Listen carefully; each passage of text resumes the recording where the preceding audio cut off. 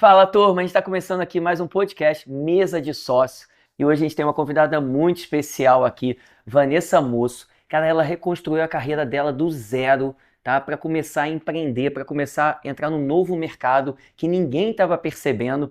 E eu tô aqui muito orgulhoso de estar conversando com ela, porque vocês vão ficar amarradaços do que essa mulher está fazendo no mercado brasileiro, tá? Vanessa, seja muito bem-vinda, muito obrigado por você estar aqui com a gente. Obrigada a você, uma satisfação enorme, estou muito feliz de participar desse projeto tão especial e honrada. Obrigada Pô, pelo que bom. convite. O nosso objetivo é o seguinte, né? As pessoas geralmente veem muito a foto no final, né? Não fica vendo o filme. E eu acho que o filme é uma coisa muito bonita de mostrar para as pessoas, para que mais pessoas sigam esses exemplos, né? Eu falo muito que um dos meus sonhos é ver que o brasileiro se torne um pouco mais empreendedor, né? A gente já melhorou muito, mas ele parasse de chegar nas firmas, nas empresas e perguntasse quanto é o ticket de refeição, quanto é a alimentação. Ele perguntasse, pô, como que eu ganho um bônus se eu bater meta? Como que eu fico mais sócio, né? Então, mostrar histórias como a de você, sua aqui, pode ajudar as pessoas a se tornarem mais empreendedoras. Então, Que bom. muito obrigado aqui. Obrigada. Que responsabilidade, né? Quem é a Vanessa Moço na vida pessoal? Bom, a Vanessa Moça, sou uma mulher de 40 anos, tenho uma pequena filha chamada Cora. Olha, lindo. Cora é de 4 aninhos, vai fazer 4 aninhos ainda. Eu sou do interior de São Paulo, meu R entrega, né? Então, moro aqui no Rio de Janeiro, já tem aí quase 10 anos. Mas venho do interior de São Paulo, de uma família de classe média, extremamente também empreendedora, então acho que, né, também nada é ao acaso. Sou natural de Bauru, me movimentei muitas vezes no interior de São Paulo. E hoje eu acho que eu sou uma das pessoas, assim, é muito bom uma pessoa dizer que eu sou uma pessoa muito realizada, que eu consegui construir uma trajetória profissional muito interessante e que eu vejo que ainda tem aí um caminho enorme pela frente e que é uma pessoa muito realizada, assim, eu tenho muita paixão pelo que eu faço e você poder trabalhar com aquilo que você gosta Isso é bom muito demais, né? especial, né? Então, Pô, que bacana. E assim, né? Você tinha uma carreira promissora de modelo, né? sim. E você chegou lá e falou, pô, não quero mais. Você voltou para o interior, para sua cidade natal, para começar, para reconstruir do zero, né? Você acha que ali foi mais coragem e risco ou foi planejamento? Olha, dizer que com 17 anos é planejamento, eu acho que seria audacioso demais, né? Na verdade, assim, eu comecei a trabalhar como modelo, eu era bailarina clássica, fiz balé clássico, assim, desde muito pequenininha, então eu ia muito para festivais, apresentações, e isso me dava uma certa exposição. E eu já era muito alta, com 13 anos, muito magrinha, então isso começou a me dar algumas projeções e convites. Eu comecei a atuar como modelo de uma forma meio assim, as coisas foram acontecendo. E aí, quando eu estava ali por volta de 15 anos, eu tinha uma agenda intensa em São Paulo, morando em Itapira, que é a cidade onde meus pais fixaram na época, e eu com uma agenda que eu não conseguia voltar muitas vezes para cá com os compromissos, e aí foi um drama danado para um pai e para uma mãe topar deixar sua filha sair do ninho. E assim eu fui para São Paulo, morei no começo em casa de parentes, depois eu fui parar com casas de modelos e eu realmente embarquei nessa história, tinha uma empresária que cuidava da minha carreira. No entanto, eu era considerada, e eu me via de fato, assim, hoje eu escuto e lembro dos meus bookers, eu era uma modelo problemática. Por que eu era uma modelo problemática? Ah, Porque eu acho que assim, eu sempre tive uma inquietação do questionamento. Então, eu ia desempenhar o papel que eu tinha que desempenhar como modelo, fazia as fotos, fazia desfile, mas eu estava sempre questionando o que essa marca quer trazer, o que essa campanha quer fazer. Por que que- Porque quando você olha para a moda ela tem todo um lugar do imaginário de uma entrega, de uma figura do que você quer vir a que informação que você quer compartilhar com aquilo, como que você quer inspirar, que imagem você quer entregar. E eu estudava nas entrelinhas isso, observando foi isso dali o start, acontecendo. então, né? E aí, aquele papel que eu desempenhava não estava mais me suprindo, porque eu comecei a ser problemática. Eu questionava coisas que você não esperava que o modelo estivesse falando ou querendo conversar sobre isso. E até que chegou um momento que eu tive um booker que me fez um questionamento muito sério, porque ele falou assim: você precisa tomar uma decisão. Você tem que entender o seu papel e você tem que mergulhar nisso. E claro que em paralelo, eu tô falando de ser modelo na década de 90, e assim, havia um regimento muito forte sobre as medidas, sobre padrões, e eu tinha que realmente buscar isso, e é muito difícil você viver em regimes tão jovem e tal. Então acho que foi uma série de questões que eu parei, olhei e eu falei, apesar de ter uma série de coisas incríveis acontecendo, foi o segundo grande drama, o primeiro para sair, depois para voltar. Mas eu acho que ali eu entendi que eu queria conseguir entregar mais coisas para o mundo além do que a minha imagem podia entregar. E não tem problema nenhum se eu quisesse seguir com isso. Mas é que a minha alma já não estava mais satisfeita com isso, Perfeito. entende? Então, eu acho que foi um chamado de voltar, inclusive, para casa dos meus pais para dizer, eu só sei que eu não quero mais fazer isso, mas eu também não sei muito bem o que eu quero fazer. Então, foi bem complexo. Acho que foi uma coisa mais de coragem do que de planejamento, qualquer coisa nesse viés. Mas o que eu sabia é que eu queria me desenvolver intelectualmente, fazer alguma coisa que fosse maior do que eu estava entregando naquele momento. Pô, que Então, legal. E que maturidade, né? Até se conecta um pouco com a minha, porque eu trabalhei no Citibank, no HSBC, e um dia eu falei, cara, não quero mais isso. Pedi demissão e não fiz planejamento nenhum e vim parar aqui, né?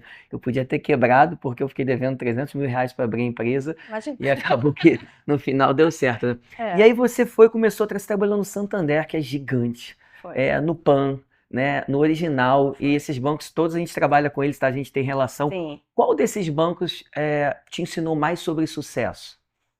Eu acho que sucesso, primeiro que tem uma perspectiva, assim, do que é de fato o sucesso, né? Eu tive uma oportunidade excelente, assim, porque eu entrei já no mercado financeiro como trainee. Para um jovem, você entrar como Pô, e o treino é trainee. muito legal porque você roda todas as áreas, né? Eu entrei como trainee e eu entrei como trainee do Banco Real, no ano em que o Santander comprou o Real, em que Fábio Barbosa, que era o presidente do banco Esse cara é comprado, demais, né? ascendeu. E eu tive a sorte, inclusive, de que ele era meu tutor. Então eu Cara, tinha que momentos, legal. é uma pessoa que às vezes a gente ainda troca um pouquinho. Então, assim, ali no Santander eu tive uma base sobre circular por muitas áreas. Então, eu conheci 2 bancos, circulei por muitas áreas, era 1 ano e meio o meu programa de trainees. Então, eu tive uma base sobre o mercado financeiro, como funciona gerir essas carteiras, sobre a importância disso, sobre processo, sobre produto.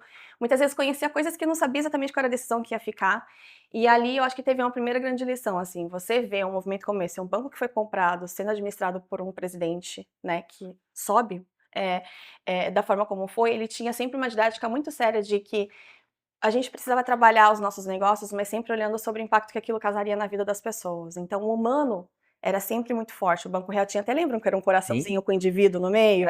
Eu tinha conta lá, né, que eles tinham aquela conta Do universitário? universitária. E Isso! além disso, assim, como a gente está no meio bancário, né, eu sou bancário há vários anos, a turma do Real era apaixonada pelo Real. Apaixonada, porque era uma filosofia vivenciada. Então, assim, eu acho que ali começou a alimentar um pouco essa visão de sucesso, mas é um sucesso que, assim, não pode ser a qualquer custo. É um sucesso que você vai construir, de fato, valor e que você vai trazer valor para as pessoas e elas vão conseguir crescer, prosperar. E isso vai trazer um ciclo virtuoso para o negócio. Quando eu fui para o Banco Pan, eu fui para o Banco Pan já com uma posição de gestão mais de mercado imobiliário, então eu tinha uma atuação como gerente na gestão específica desse produto, sempre com atuação na área de marketing, enfim. E eu tinha que fazer a administração daquela gestão daquele produto, pensando qual o impacto que eu ia ter com relação àquilo e como fazer com que essa carteira prosperasse mais.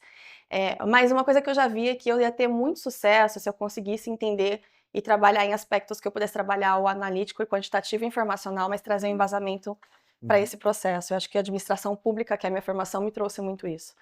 Você entender de fato o que vai trazer valor para as pessoas através da perspectiva do público-alvo, é isso que faz uma política pública relevante. Quando você vai para uma empresa, o cenário é a mesma coisa. Você quer que a sua empresa prospere, o que de fato as pessoas precisam? Aonde você vai entregar valor? Isso vai trazer um resultado que vai fazer com que você. Então, assim, até na sua história, você não chegou aqui à toa, você foi construindo valor, Sim, perfeito. né? A relação de ganha-ganha. Então, eu acho que essa visão de sucesso ela foi sendo moldada a cada lugar que eu Você fui passou. passando, um tijolinho que foi sendo construído, menos naquela coisa de que quanto você quer ter e onde.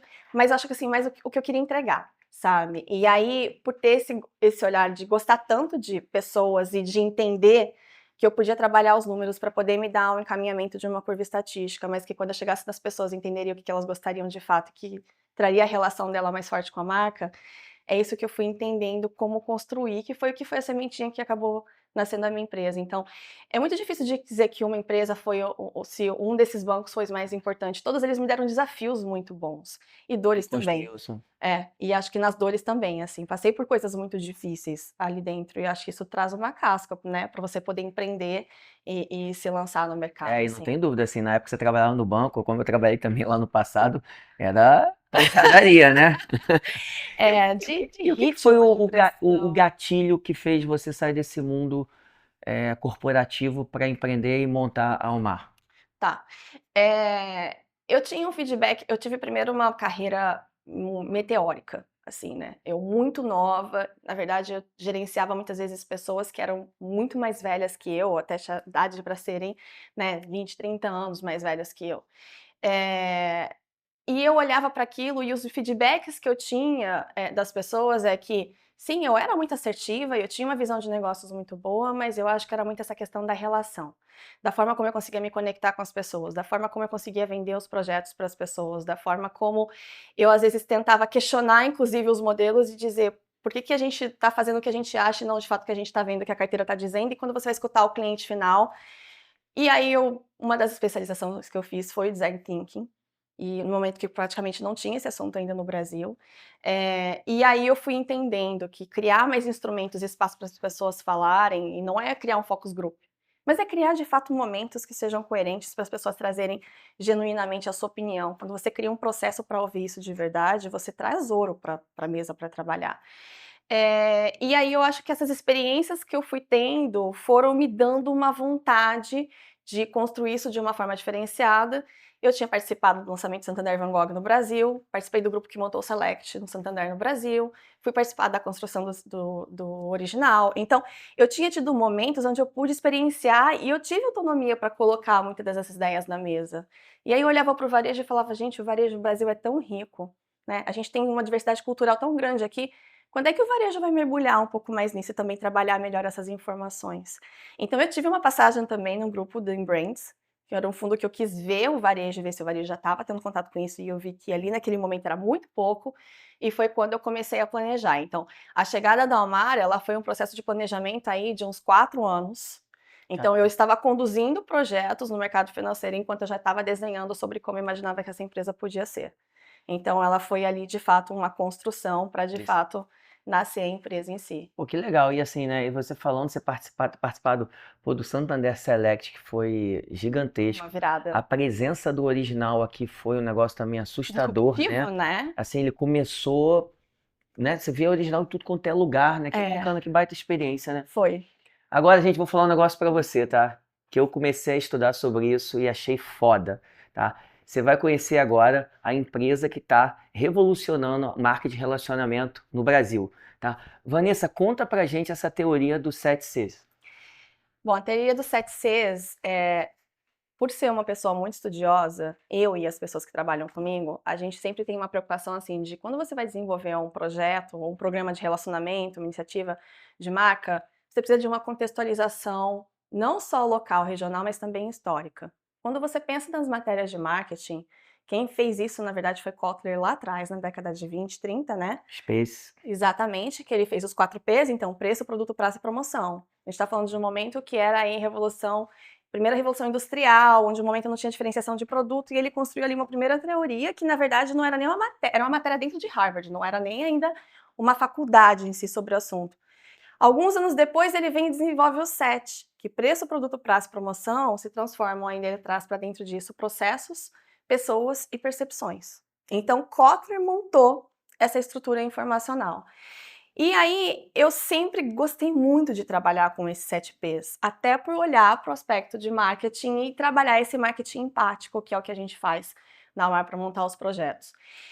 No entanto, o que eu fui conduzindo? Na Almar, a gente foi entendendo que, para a gente fazer nosso trabalho bem, a gente precisava trabalhar muito bem a parte de gestão informacional de dados, criar processos e uma metodologia de campo de pesquisa, para conectar isso com o ecossistema das empresas. Da maior parte dos nossos clientes são shoppings. E shopping é né, uma brincadeira incrível, porque você entra, você imagina a quantidade de diversidade de pessoas que passam, todas aquelas marcas lá dentro, então assim, tem um potencial enorme. E aí a gente precisa ir construindo um método para você colocar tantos stakeholders e tantas pessoas no processo para participar da construção de um projeto como esse. Então o 7Cs ele foi sendo uma evolução de como fazer a leitura desses Ps de Kotler, mas eu acho que esse insight veio para mim mesmo. Ano passado eu fui para a Ásia fazer uma imersão para olhar mais para tecnologia, para olhar mercado de consumo de luxo lá, principalmente de varejo, que é impressionante o que está acontecendo na China, trazer insights. E ali eu vi uma grande mudança, porque ali a inteligência artificial, a tecnologia, ela está num movimento pulsante muito agressivo.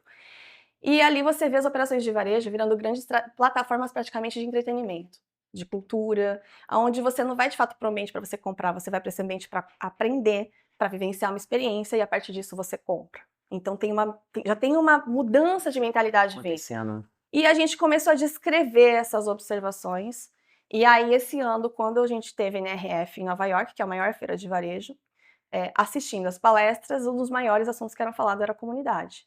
E eu fazia, gente, eu estou vivendo uma virada, porque até o ano passado eu precisava ir para as empresas dizer por que você deveria investir num programa de relacionamento para criar uma comunidade? E agora sim, todo mundo quer isso. Não é dizer o porquê, é porque agora somos nós. Não precisa mais explicar que isso é importante. A gente precisa dizer por que é que a gente faz isso e a gente tem o resultado que tem. E aí o 7Cs foi uma forma de organizar todos esses conceitos que a gente trouxe, desde a China do ano passado ao que a gente mapeou no NRF esse ano. Ele virou um grande workshop de um processo.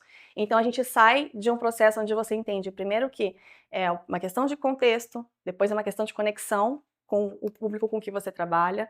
Isso traz para você a capacidade de você fazer uma curadoria de assuntos. Com a curadoria você exerce de fato uma cultura e você estimula essa cultura de longo prazo dentro da empresa. E aí você consegue de fato conseguir construir ali uma comunidade. A confiança vem como consequência de todo esse processo. E aí você de fato consegue estabelecer esse lugar diferenciado. Então o 7Cs, ele passa por uma trajetória de pensamento. E chegar no final da comunidade com a confiança, que é uma consequência. Exatamente, porque não dá Faz sentido pra caramba, tá? Pode falar sobre confiança, é relação. Você consegue começar uma relação já com confiança se você não se conhece? Não, difícil. Então você demagogias. Então, o que acontece muitas vezes no mercado, quando o assunto hypa como esse, é que as pessoas começam a trabalhar os conceitos soltos e assim, a gente fala, não, existe um porquê. E a gente foi alinhavando. Então, o 7Cs, ele veio um pouco desse alinhavar de tudo isso, para ajudar as empresas a entenderem, tá, onde é que eu tô? Né? Onde é que é a alma? Porque a Almar é isso, né? É a alma que a gente quer trazer como essência para as empresas. Então, a Almar é a Almar é a alavanca das marcas. A alma é essa essência, e a alavanca são os ferramentais, são os processos. Então, acabei me estendendo, Não, mas é um pouco mas tá ótimo, assim, eu adorei esse conceito. Isso é até legal para o nosso setor no mercado financeiro, porque faz muito sentido para a gente que trabalha no mercado financeiro, né? E tá explicado aí por que a empresa dela cresceu 150% de 24 para 25. Tá vendo aí se você quiser crescer num mercado difícil como está do Brasil hoje? Você tem que fazer coisas diferentes. Foi surpresa para você esse crescimento? Não, não foi surpresa porque é um trabalho que vem acontecendo há 9 anos, né? Quando eu iniciei a Almar para trabalhar e focar nesse assunto, ali de fato foi assim, qual vai ser o primeiro projeto, como isso vai acontecer? Mas conforme eu fui desenvolvendo o método, a gente foi rodando e a gente foi refinando, e a cada nova conta que chega, novo cliente, isso vai trazendo, né, um refinamento do processo e você vai ganhando uma velocidade nisso. Então, e eu mirava de que esse momento mais empático mesmo de negócios, ele viria a acontecer. Eu coloquei as minhas fichas nisso. Porque assim, até nesse aspecto de leitura social mesmo, né? A gente tem um excesso de tudo, a gente tem um excesso de informação, de estímulo. E quando você conversa com as pessoas, estava todo mundo cansado. Então, assim, quando a gente viveu a pandemia, foi isso. O que cresceu? O digital. Porque a gente não podia sair de casa, a gente não podia se relacionar. Então, esse refinamento de todos esses canais, dessa quantidade de informação, em algum momento isso ia dar um problema. E no fim, o que ia fazer sentido? O que faz sentido para as pessoas. Então, eu acho que ali eu olhei para isso e eu continuei colocando as minhas fichas nesse assunto. E eu acho que é por isso. Agora esse assunto está muito latente e essa virada vem muito como um reflexo, acho que desse trabalho consolidado de a cada projeto uma entrega relevante. E tem uma coisa legal, a gente tem uma permanência média nas empresas de 4 anos. A empresa tem 9, a gente tem cliente que está conosco há 6 anos. Então, assim, é a questão de, muitas vezes, a margem que a gente pode trazer, a gente tem que tomar muito cuidado, porque eu tenho vários grupos sendo trabalhados dentro de um programa de relacionamento. Tem grupos que podem te trazer uma rentabilidade maior, outros menor. O importante é que você crie com ele uma relação sustentável, que ele fique de mão dada com você. Então, esse é o cuidado e é esse o tipo de trabalho de varejo que eu acredito, sabe? Que bacana, que aula. Vanessa, você fala muito, né, do Soul Drive, né? E a gente todo mundo está acompanhando isso, né? A IA dominando quase tudo, né? E as empresas vendo muitos só dados, tomando decisões por isso. Sim. Você acha que as marcas estão ficando mais frias por estar olhando só muito questão analítica? Esse é um perigo que a gente tem, principalmente que eu acho que tem muita gente falando sobre isso, né? A inteligência artificial, ela vem aí como uma oportunidade de otimizar, de melhoria de processos, ela é absoluta, mas a gente tem um risco de a gente ficar todo mundo falando a mesma coisa, porque, né, você vai colocando para IA, se você não tiver trabalhado o embasamento, uma fundação muito bem dessa IA que está apoiando você e onde você vai organizando esses processos, a gente vai começar todo mundo a falar a mesma coisa. Então, o que é possível a gente colocar para a IA realizar para a gente no aspecto de eficiência e o que, que é de fato que aquilo que é humano, que essa ferramenta nunca vai ter acesso, ela nunca vai ter emoção. Ela nunca vai. A gente pode contar, ela pode aprender para o que a gente conta. Então, assim, é perigoso que as marcas entreguem muito a sua essência para isso, até porque ela não tem essa percepção. Tem um conceito da administração pública que eu gosto muito de trabalhar, que é assim, quando você quer olhar para um projeto que ele vai ser eficiente, você tem que pensar o seguinte: a eficiência é aquilo que está associado em relação ao processo. Você tem um insumo que você está trabalhando e você tem que entregar um produto bom. Eu fui eficiente. E Uhum. eu vejo que a inteligência artificial entra aqui de uma forma maravilhosa. Agora, outra coisa é a efetividade. A efetividade diz sobre o impacto que isso entrega. A inteligência artificial não tem condição de entender impacto. Ela não tem essa percepção. Impacto é emoção. Impacto é você ser convidado por um evento, por uma marca, porque ela percebeu que você tem interesse por um assunto que você não esperava. É você receber um convite para você levar a sua família para comemorar um momento e aquilo vir de uma forma que você fala, poxa, eu não esperava que essa marca fizesse isso por mim. Então, os dados são uma forma da gente conseguir organizar e chegar nesse lugar, que é o que a gente faz dentro dos projetos, né, dentro dos shoppings. Mas é isso, o dado é frio. O que dá temperatura é humano, e aí humano é nosso. Então, acho que esse que é o perigo que a gente tem, da gente não terceirizar essa responsabilidade para a inteligência artificial. E tirar melhor dela que a gente puder. Ela é maravilhosa. Mas eu acho que é isso, a gente tem que ter muito esse cuidado criterioso do que a gente vai colocar para ela, sabe? Muito bom, muito bom. Eu fico pensando assim, né, para dar uma dica para a turma aqui, né? Como você conquistar um cliente grande? Você conquistou o Shopping Leblon sendo uma empresa nova. O que que você fez para conquistar um gigante desse? Bom, foi complexo, porque de fato eu estava ali em um momento que eu tinha tudo isso desenhado e surgiu a oportunidade de participar dentro de um grupo de consultores para ir para um universo de discussões e começar a desenhar o que seria um programa. O Shopping Leblon, naquela época, era ainda estrutura Alus, e eles tinham esse sonho que estava engavetado há 5 anos de montar um programa de relacionamento que já tinha ido, voltado e não tinha funcionado. A gente começou o processo com esse grupo, eu já estava olhando para esse assunto, o grupo começou o processo, o grupo se dissolveu e eu fiquei sozinha.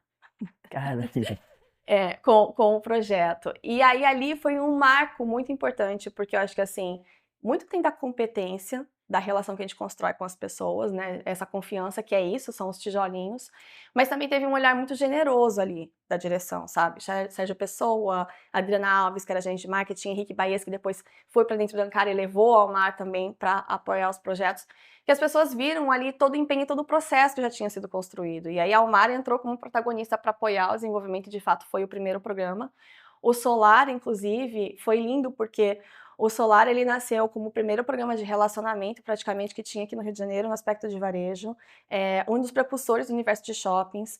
Houve tantas mudanças, né, desses jogos que de fusão, aquisição, enfim, eles já se tornaram um outro universo. O projeto evoluiu, mas o Solar continua lá. Então, assim, eu acho que foi muito uma questão de persistência e eu sempre tive uma preocupação de todos os lugares por onde eu passo, os meus ex-chefes, os meus colegas de trabalho, eu sempre priorizei muitas relações. Não dá para cuidar de programa de relacionamento se você não cuida desse assunto, né? uhum. Mas eu acho que as relações, elas sempre foram uma coisa muito importante para mim, assim. Então, eu acho que essa coisa também que você vai deixando um pouco o seu olhar e o seu legado faz com que as pessoas lembrem de você. E, ao mesmo tempo, por alguns eu era vista um pouco como uma profissional muito romântica. Ah, lá vem a Vanessa com aquele papo de essência, de alma, de encantamento, tal, tal, tal. Mas talvez isso tenha sido o meu diferencial, porque esse meu papo romântico foi a semente que me levou até aqui e que me fez deixar uma marca nas pessoas para convites que eu fui tendo. Então, inclusive, tem momentos e tem viradas que aconteceram com o Mar, que foram pessoas dessa fase lá atrás que eu olhei e falei, peraí, essa pessoa tem conexão com essa daqui, me ajuda? Então, eu acho que também tem isso, sabe?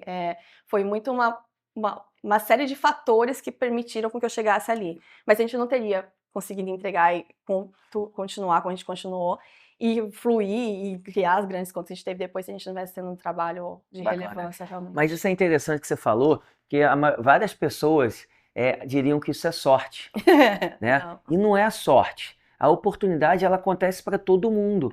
Só que você tem que estar preparado para poder agarrar. Eu canso de ver várias oportunidades passando na frente das pessoas e elas não agarram. E depois quer dizer que foi sorte. Mas não é, você tem que estar preparado, você tem que estar antenado nas oportunidades que passam na sua frente, né? Perfeito. E falando agora desse trabalho que você faz tão bacana, né?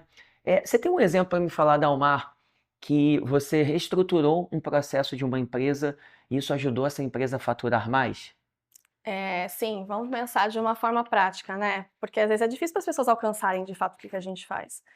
Então, quando você pensa por um shopping aí, se olha para o volume de pessoas que circulam ali dentro, a gente costuma ver o shopping fazendo o quê? Promoções onde ele coloca um carro para ser sorteado, ele faz esses grandes movimentos para tentar ter acesso, né, à informação. A informação é a grande riqueza que a gente tem, né, hoje em dia. Só que quando você pensa e pare para pensar em um shopping, uma administração de um shopping, ela nunca é dona dessa informação. Quem é dona da informação é o lojista. Ele administra aquele ecossistema. O programa de relacionamento, ele ajuda o quê? Ele ajuda um processo de eficiência operacional que acontece ali. Porque quando a gente monta o programa e a gente entra nessa estrutura, você cria motivos para o cliente apresentar a sua nota e dizer o que ele comprou, para receber uma pontuação e receber uma gratificação por aquilo e trocar isso por benefício, por experiência, por produtos e afins. Você só vai fazer isso se o programa for relevante. Você só vai manter isso ativo se ele estiver de fato trazendo valor para a tua vida e para o teu dia a dia. Quando a gente monta o programa e o programa é bem feito, as pessoas começam a entregar uma informação por seu livre-arbítrio que permite você começar a entender melhor quem são elas e o que elas querem. Então, qual que é a grande mudança que a Almar traz e a virada que a gente fala, e aí eu não vou falar de um projeto, mas eu vou dizer assim, todos os projetos por onde a gente passou. Então, eu tô falando de, foi lá no começo do Shopping Leblon, mas é Rio Design Bar, Rio Design Leblon, Pátio Paulista, Pátio Batel em Curitiba, Jardim Sul em São Paulo, ai meu Deus, estou esquecendo de conta, me desculpem, mas assim, a gente está agora chegando em Guatemi, Porto Alegre. Por quê? Porque quando a gente cria cada programa, e eu sou uma defensora absoluta que assim, para mim, programa de plataforma unificado, ele não existe, porque as pessoas são diferentes. Uma operação, ela está naquele ambiente, naquele território, ela tem que ter conexão regional, ela tem que trazer relevância para as pessoas que estão no entorno, tem que entender qual que é o papel que esse lugar oferece, quem que são os lojistas que estão ali. Então, isso tudo vai conversando e criando essa atmosfera de comunidade. Quando você começa a criar um programa que é coerente com o posicionamento daquela marca, que entrega valor e as pessoas vão trazendo as suas informações, isso vai se reverter em experiências, benefícios e afins, você não começa, você sai de uma gestão de um marketing e de um projeto que você está tentando fazer a mesma coisa para tentar construir valor para todo mundo. Você começa a fazer coisas menores, mas direcionadas para grupos específicos.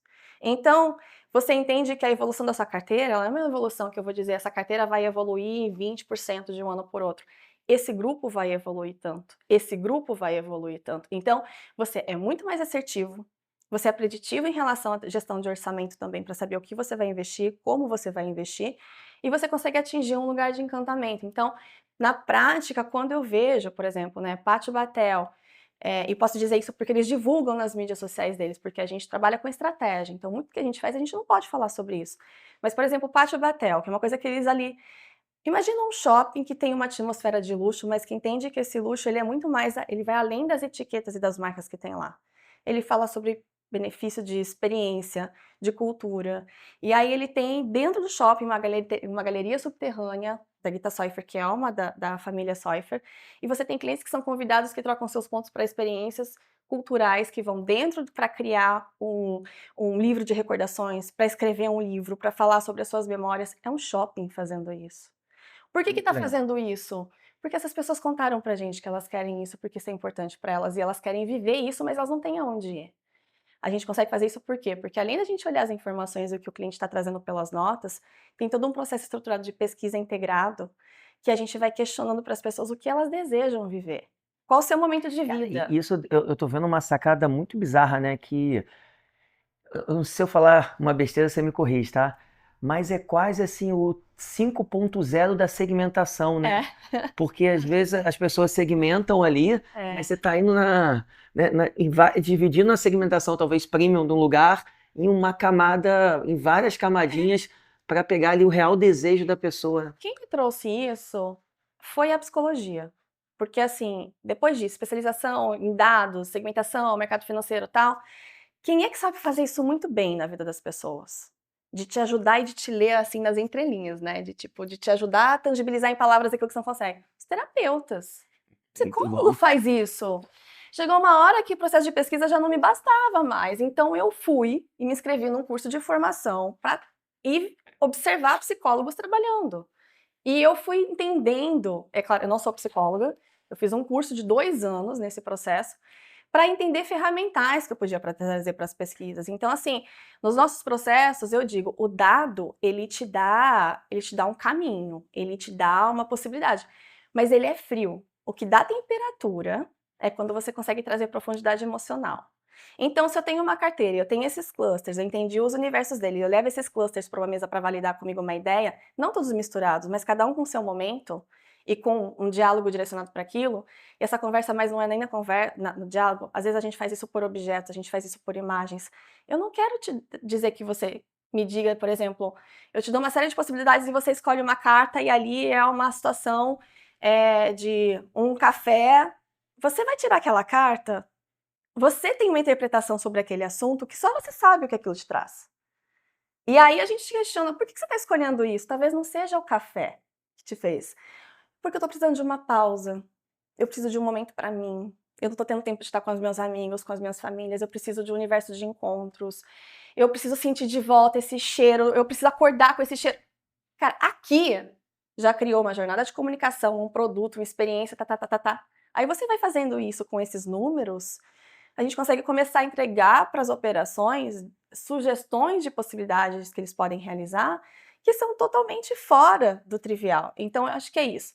A inteligência sim, clusterização e segmentação é super importante. Acho o máximo que você falou 5.0, vou inclusive usar isso, segmentação 5.0, mas eu acho que é isso, é você saber ler e dar espaço para as pessoas falarem. E dar espaço para as pessoas falarem é você dar mecanismos para as pessoas se expressarem e querer ouvir genuinamente, sabe? E não tentar validar uma coisa que você tá apaixonado, porque às vezes a gente faz isso. Sim, sim. Eu tô muito apaixonado por isso, então eu quero que você concorda comigo que essa é uma boa solução?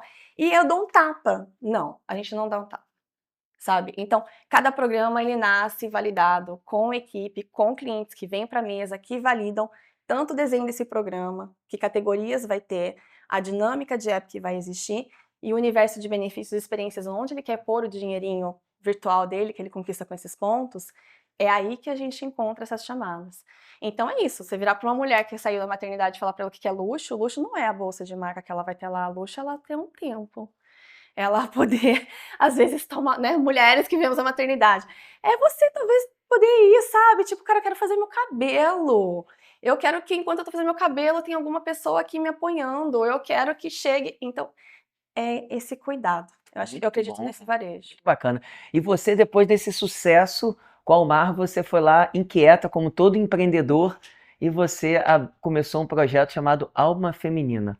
Qual foi a real iniciativa desse projeto e por quê?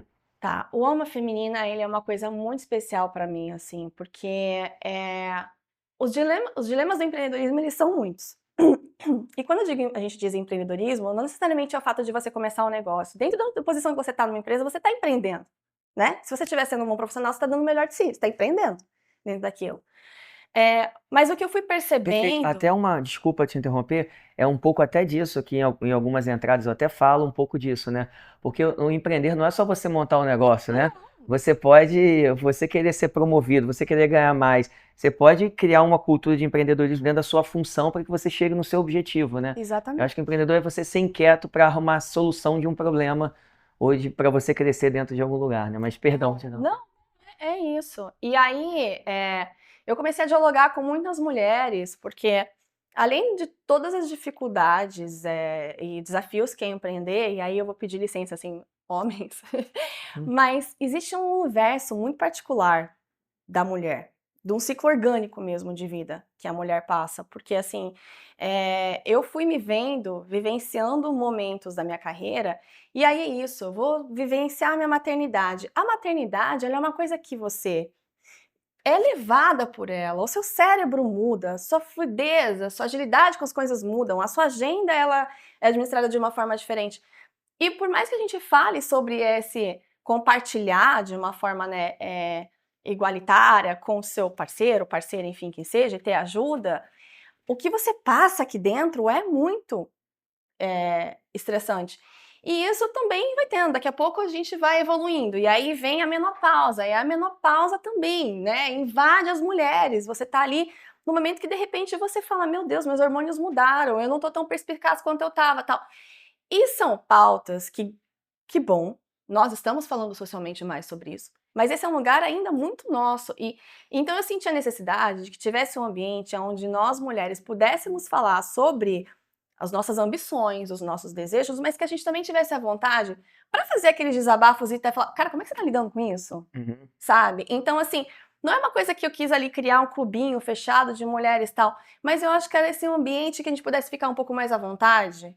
E foi legal porque a gente abriu, né, o nosso escritório e começou a receber, e aí nisso vieram clientes, parceiras, clientes que querem trazer uma outra pessoa. Então isso foi virando dentro desse universo de trocas, que às vezes tem ali uma pauta, um assunto que a gente vai discutir, ou o resumo de um curso que alguém fez, enfim, é um lugar de troca, sabe? E eu acho que isso, até por ser uma mulher, trabalhar, a grande parte das pessoas que trabalham comigo, inclusive, são mulheres, acho que isso alimenta uma chama, sabe?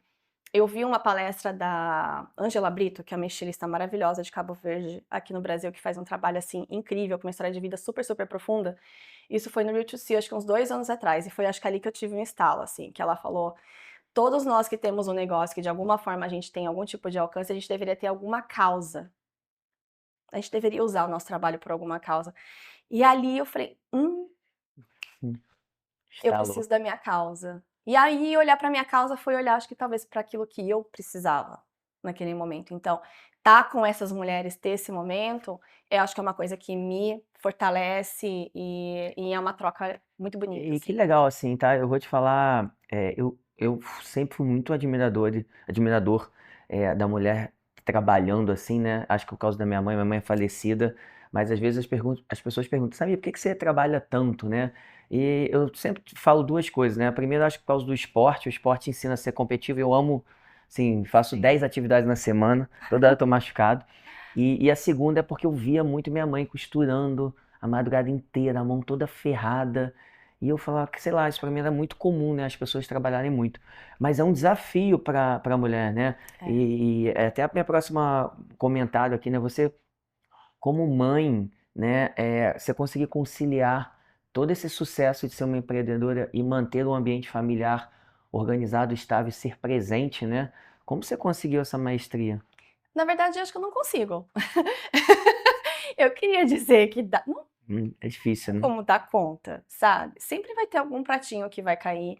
Acho que o que é importante nessa história é que, assim, é maturidade de saber que eu tô tentando o tempo todo tentando dar o melhor que eu posso de mim. Acho que eu sou a pessoa, assim, a pessoa com quem eu sou mais exigente é comigo mesma, né? Acho que essa coisa da autocobrança é uma coisa que todo mundo tem muito forte, assim.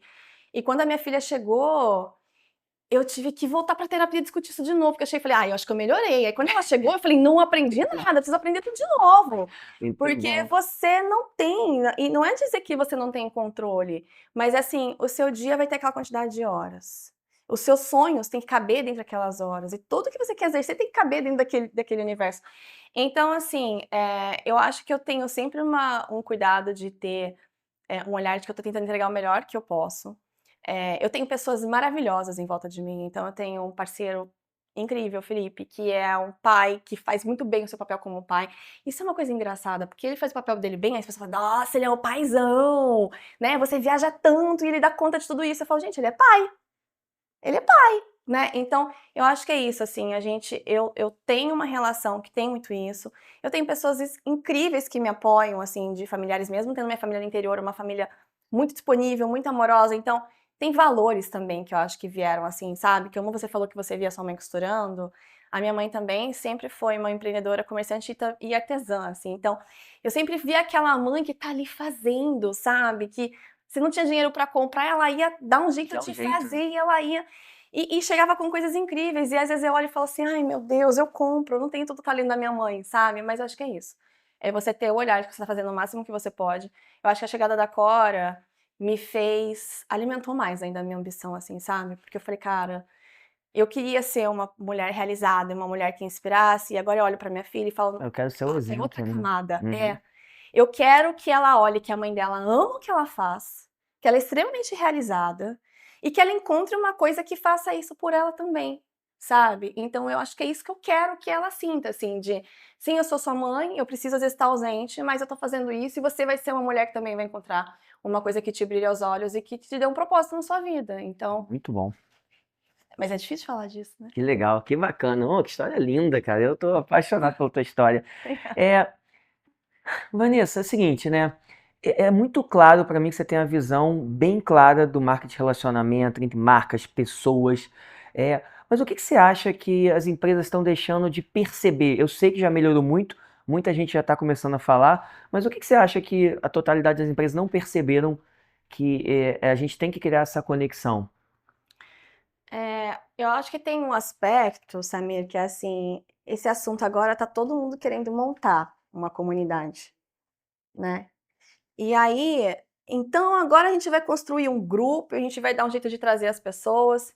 E aí você não se preocupou se você tem um processo, um atendimento, se sua empresa tem uma cultura que O você está pessoal acha que fazendo. assim, vou abrir um grupo no WhatsApp ali e botar todos os clientes, né? Você pode, é um ótimo caminho, inclusive, para criar um grupo de haters. Se você não estiver fazendo um bom trabalho, inclusive, né? Então, assim, eu acho que tem uma oportunidade agora da gente olhar, até com a questão da inteligência artificial, a gente tem muitas coisas que eram feitas de uma forma operacional, recorrentes, que não precisam mais tomar tanto nosso tempo.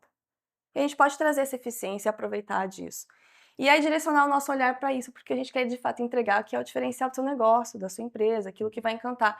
Então, assim, eu acho que a gente tem que tomar um cuidado de esse hype, né, de IA e afins, ele não ser uma coisa que nos consuma, de que a gente agora fique todo mundo, porque todo mundo tem, eu tenho que ter também, tem mesmo. Tem que ter por quê? Para quê? E que a gente de fato use o nosso tempo para fortalecer os nossos negócios, para a gente se preocupar com o impacto. Uma coisa que eu acho que é muito interessante é quando a gente foi para a China, teve um senhor, eu não lembro agora o nome dele, um senhor japonês, assim, 80 e altos anos, um empreendedor, vários shoppings, vários negócios, investidor imobiliário, uma pessoa incrível. Será que era Sean? Enfim. E aí ele falou uma coisa maravilhosa, ele falou assim: as pessoas precisam entender nas empresas que antes da gente dizer que a gente que atua com ESG, é EESG. Porque se você não tiver o primeiro E de econômica, antes de environment, né, de sustainable e governance, enfim, se você não tiver aquilo que de fato cabe dentro do orçamento e do contexto dessa empresa para que isso de fato seja uma coisa que ele se agarre e ele faça e ele realmente entregue isso, não precisa ser todas essas questões, não precisa Claro. abraçar todas as demais. Escolha uma e faça aquilo bem feito. Então, eu acho que talvez seja isso, é o momento da gente poder olhar para o que a gente está fazendo, para o recado que a gente está entregando para o mundo, né? Para que tipo de negócio a gente tem que entregar. Eu trabalho pelo varejo, então assim, eu quero trabalhar por um varejo de mais significado, eu quero essa emoção, eu quero entregar esse cuidado, e eu enxergo que faz parte sim mesclar mais essas coisas, não simplesmente eu vou ali para comprar ou para ter uma refeição, não, eu vou ali para ter um momento, eu vou ali para ter uma celebração. Então, eu acho que olhar para negócios que tragam memórias e façam das pessoas terem vidas mais interessantes, mais propositivas, eu acho que esse é o caminho que as marcas precisam refletir melhor. E talvez não é abrir tanto esses compromissos. Escolher um compromisso, mas fazer ele, É tudo sabe, com bem começo, feito. meio e fim. Eu acho que é isso. Muito legal. E se você pudesse que voltar no início da Almar, o que que você teria feito alguma coisa diferente?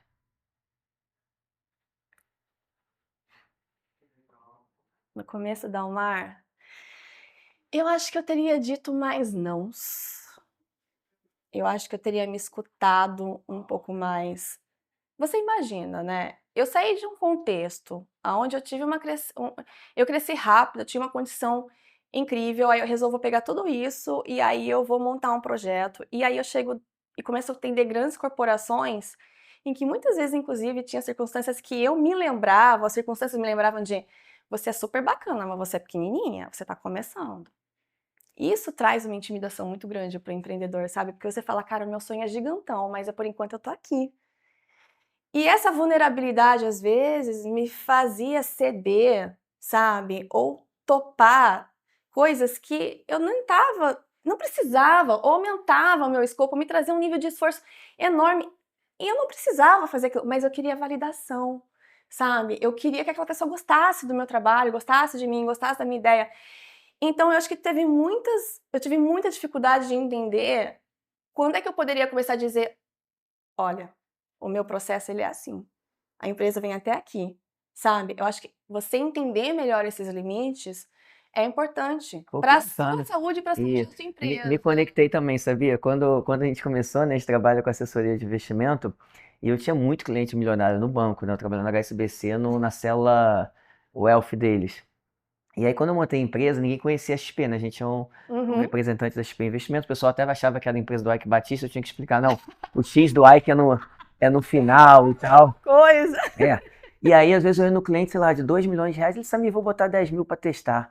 Porra, eu engoli aquele seco. Aí teve uma hora que eu falei, eu não quero seus 10 mil mais não, então fica com ele aí. Ou você confia e vem comigo, ou senão não, é Eu melhor acho não. que é isso, mas É difícil mas mesmo, é eu compreendo. difícil, É, não? né? Porque você sai de casa e você sai valente, assim, né? Você sai, você fala, cara, hoje eu vou. E aí, de repente, as circunstâncias acontecem e tudo aquilo que fazia você ter uma segurança enorme, de repente você tá pondo isso embaixo do tapete, falando, não, mas é que eu preciso. É, mas eu acho que é o Porque isso começo, né? vai me levar. Aprendizado, né? É E isso, pega a assim. taxa. Então, eu acho que o seu exemplo é ótimo, porque a gente precisa entender também o valor do nosso tempo, das nossas ideias, sabe? É claro que também você tem que ter ali também uma musculatura. Você trilhou uma trajetória até Sim. dizer que você não vai aceitar Perfeito? os 10 mil. Não Sim, foi, né? claro. Então, acho No também primeiro dia você estava aceitando até os 10 reais. isso, né, é o que te levou até ali, mas é muito difícil de virar essa chave de dizer agora assim, sabe, o que que eu vou começar a dizer não? O que que eu vou começar a dizer de tipo, o que eu quero que aconteça de fato com o meu olhar. E às vezes tiveram oportunidades incríveis em que eu falei: "Eu não vou", porque inclusive talvez ia demandar de mim e da Mar um tempo e uma energia que talvez me levasse para um outro lugar que eu ia perder o propósito que está fazendo com que a empresa seja quem ela quer hoje. Então, eu tive projetos incríveis, grandes, lindos, que estão indo super bem, performando, que doeu pra caramba, mas eu falei, cara, se eu for para lá, o meu tempo tem 24 horas. Eu não vou conseguir administrar tudo isso e continuar conduzindo o que eu quero conduzir. Então, é um não agora para um sim para o depois. Só Perfeito. que na hora que você está ali olhando, né, a tua conta bancária diminuindo, eu investi com os meus próprios recursos. Assim, a gente teve até no São Paulo Innovation Week, eu participei de uma palestra, e as pessoas vêm conversar comigo e falam assim, cara, como que hoje em dia uma empreendedora consegue montar uma empresa e ela não recebe nenhum tipo de empréstimo, nenhum tipo, é absolutamente orgânico. E até hoje eu não recebi nenhum tipo de aporte. Eu tive possibilidades. A gente está no momento agora que a gente está discutindo, provavelmente a gente vai receber um. Mas são 9 anos até aqui, e até aqui foi, de fato, o primeiro investimento que eu trouxe do que eu havia guardado mesmo da minha trajetória, e todos os rendimentos foram sendo reinvestidos no desenvolvimento da empresa. Então, assim, é muito difícil de você fazer isso num país Concordo. como o nosso, tudo mais. Mas eu acho que é isso. Eu tinha tanto receio de que eu recebesse um dinheiro de fora que fosse caro e me tirasse da trilha do que eu queria entregar. Então, acho que agora a empresa está em um outro momento, sabe? Ela E está aí muito bem talvez faça consolidada. sentido E para você mudar o patamar e ir é para um segundo isso. patamar. Então, eu não quero mais os 150, a gente já está olhando. Então, é isso. Acho que agora é o momento de Legal. olhar para isso. Vanessa, e a gente está se caminhando para o fim aqui, né? Mas pensa o seguinte, né? Você, 17 anos, quando você começou a transformar a sua vida, que conselho você daria para um jovem que está começando com 17 anos e quisesse ter um sucesso tão grande como o seu? Ai, é difícil dar conselho, né? Eu acho que assim, faz terapia, de verdade, sabe? Senso de realidade. Tipo assim, entende as suas raízes, entende o que você traz de você, entende do que você gosta, entende o que as pessoas dizem pra você que você é muito bom, entende também as coisas que são difíceis de lidar com você, encara elas de frente. Porque você, muitas vezes na trajetória, vai ter mais motivos pra desistir do que pra continuar. Até um determinado patamar, você vai ser assediado, a vida vai te levar, aquela viagem vai aparecer, aquele convite incrível vai aparecer, e você vai ter que pôr tudo isso na balança. Então, assim, inclusive, até pelas minhas movimentações pessoais, né? Com 17 anos, quando eu decidi deixar tudo do carreira de modelo e voltar para casa dos meus pais e estudar mais, foi um caos. E eu não tinha bagagem emocional para lidar com. Eu tinha um sentimento, eu tinha uma percepção. Tive o apoio da minha família, que levou um susto, que falou: "Você tá doida? Tá sendo influenciada por quem?". Não, de jeito nenhum. Então, assim, e eu acho que eu teria sofrido muito menos se eu tivesse um pouco mais de, sabe, desse autoconhecimento. Então, eu acho que investir em você, em olhar pra você E fazer essa autocrítica, mas sem ser uma coisa que te consuma, eu acho que isso é muito importante para um jovem, sabe? De eu vou investir naquilo não porque deu sucesso na história, tô vendo o Samir, então agora eu vou sair investindo. Não, vai estudar, Vai entender vai quem se você é, né? preparar, vai Ah, ver o muito que bom. faz sentido para você. Muito bom. E teria algum livro, a gente está encerrando aqui o papo, teria algum livro que marcou você como empreendedora que você acha que valeria indicar para os jovens? Bom, como empreendedora, Ou alguma coisa de resiliência? Porque eu vejo que você é muito perseverante, resiliente, sim, eu sou muito, visionária. obrigada. Eu sou muito estudiosa, eu acho que a psicologia me deu algumas literaturas importantes nesse aspecto mais emocional para trabalhar. Mas agora quando você está me falando isso, me veio uma coisa que pode não ser um livro, Pode? exatamente. Pode ser uma série, pode ser um filme. Tem um livro muito bom agora que é. Ai, gente, olha lá o negócio que eu falei da anestesia. Depois a gente volta no Não, comentário. mas assim, não é o perigo da lucidez, é alguma coisa assim, que eu tô terminando de ler agora, que tá sendo incrível, vou buscar. E a É, gente coloca depois da é, nossa conversa. mas tem o perigo de estar lúcida. O perigo de estar lúcida. Esse livro, ele é muito bom para todo empreendedor, porque o empreender tem uma coisa um pouco de louco, né? Você acreditar na sua ideia, você mirar naquilo, muitas vezes com pessoas dizendo que não faz sentido, ou por que você está gastando seu tempo nisso? Então, o perigo de estar lúcida, ela diz um pouco isso, ela faz muito um paralelo com o mundo das artes, porque os artistas, muitas vezes o artista, ele falece sem ter tido sucesso. O sucesso dele é póstumo. Olha que coisa trágica, pelo amor de Deus. Né? Você trabalhou. Agora, teve uma coisa que eu tive uma experiência nesse final de semana, que eu acho que é uma dica bem legal para dar. Eu fui assistir a estreia de um espetáculo da Viviane Mosé, que é Um Sim à Vida. É um espetáculo que veio para o Rio, vai para São Paulo, vai rodar o Brasil todo, vai voltar aqui de novo. A minha irmã, que é atriz, ela tá produzindo isso. E para mim foi uma surpresa, porque ela falou uma coisa maravilhosa, Viviane, assim, e ali eu fui às lágrimas e eu tô ainda reverberando um pouco sobre isso. Ela fala um pouco o seguinte: às vezes a nossa vida, e eu acho que a trajetória profissional ela tem muito disso, a gente pensa na vida como sendo um ciclo contínuo, lindo, um rio, né? Flui, tá tudo certo. De repente acontecem algumas coisas e você pensa que o rio tem que contornar, né? Ele vai dar um jeito de buscar de novo a sua fluidez e ele vai encontrar novos caminhos. Isso por si só já é super bonito e já é super forte. Só que tem momentos que a contenção é o lugar da transformação. Então, quando você vê, por exemplo, uma usina hidrelétrica, ela só acontece porque aquela água teve que ser totalmente barrada para se transformar em uma outra coisa. Então, tem momentos em que a gente quebra emocionalmente, pessoalmente, aquilo que você acredita tanto não está dando certo, sabe? E você precisa passar por aquilo para depois enxergar que aquilo vai ter de alguma forma um sentido, assim. Então, eu acho que é isso. A gente vive um momento muito difícil de muitos jovens, como é para jovens, deprimidos, né? Burnout, falando coisas horríveis, se machucando. Então, assim, a gente precisa voltar a falar sobre dor. A gente está falando sobre uma trajetória de sucesso, mas Samir, quantas dores você viveu para chegar até aqui? Né? Então, é difícil que a gente fala que parece que é um caminho bonito, mas não é.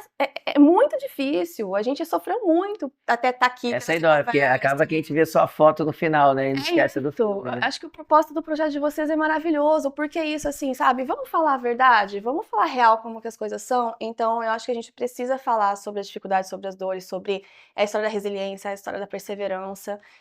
E vai ter momentos que a coisa vai quebrar toda. E você vai descobrir que precisava quebrar para você fazer uma coisa ainda melhor. Só não perde, né, aquilo que tá te levando ali pro que você quer construir lá no futuro. Acho que é isso. Vou até bater palma. De coração. Que baita história, que linda. Né? Uma menina de 17 anos que tinha uma carreira, ainda bem, com todo respeito aos modelos, ainda bem que ela não seguiu esse caminho, porque ela construiu uma empresa bacana pra caramba, que tá revolucionando o marketing de relacionamento aqui no Brasil. Cara, Vanessa, que aula. Lindo, muito lindo tua história. Obrigada. Muito obrigado pela sua presença aqui com a gente, tá bom? Estamos contratando consultores, jovens, geração Z. A gente está com muita vaga aberta, área de inteligência artificial. O pessoal manda o currículo para onde? A gente tem no site www.almarvm.com.br e nosso Insta é @alavancadasmarcas. Tem as informações, a gente está divulgando as vagas. E é isso, mas obrigada. Eu amei estar aqui. Maravilha. Gente, muito obrigado por participar do podcast Mesa de Sócios. Até semana que vem.